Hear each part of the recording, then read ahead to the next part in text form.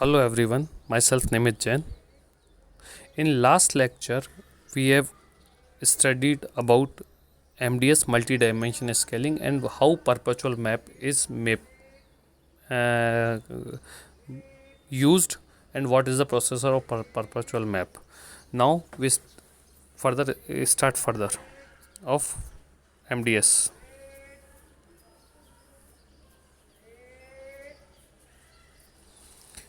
Goodness of fit. It's as any data analysis problem, an expression is need to express how well particular set of data are represented by model that analysis impose. In case of MDS, we try to model in the distance. The most obvious choice of goodness of fit static one based model is given by this stress, where dij minus dji upon dij का square, where dij is the predictor of distance based on MDS model. And conducting multi-dimensional analysis, how we do? First we formulate the problem, specify the purpose of MDS result would be used, select the brand or other analysis which we analysis mostly variance between 8 to 25. Then input of multi-dimension scaling, input data, perceptions, preference, and then similarly objective of MDS perpetual mapping, and MDS is particular is most appropriate for achieve two objects. One, axiomatic techniques of identify unrecognized dimension affecting behavior, and a mean of objective comparative evolution of object when the specified based of comparison is unknown or undefined. Key decision of setting objects. The strength of perpetual mapping is ability to refer dimensions without a need of defined attributes. The flexibility and internal nature of MDS place of greater responsibility of researchers to correctly define an analysis.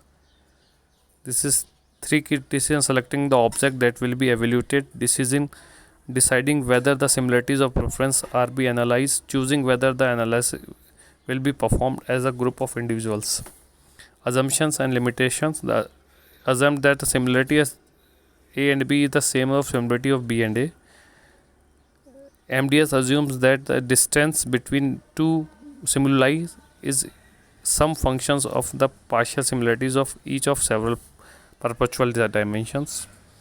Scaling preference data. The internal analysis of preference, a splitting mapping representing both brands of simuli and response points of vectors derived solely from the preference data. The external analysis of preference, the ideas point or vector based on the preference data are fitted in the spiritual map derived from a perpetual data. Then corresponding analysis is a MDS technique for scaling quantitative data in marketing research.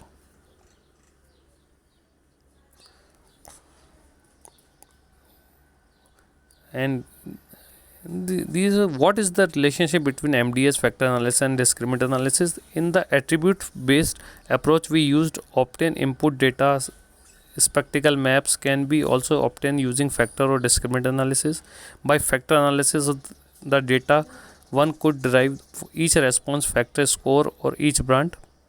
And to develop spectacle maps of means of discriminant analysis, the dependent variable is the brand rated and independent or predictor variables are the attribute rating. A spectral map can be obtained by plotting the discriminant score of brands. The dimensions can be labeled by examining the discriminant weight or weight of the attributes that make the discriminant function or a dimension. The marginal overview of MDS. Perpetual mapping is a unique technique to provide overall comparison, not readily possible for any other multivariate method.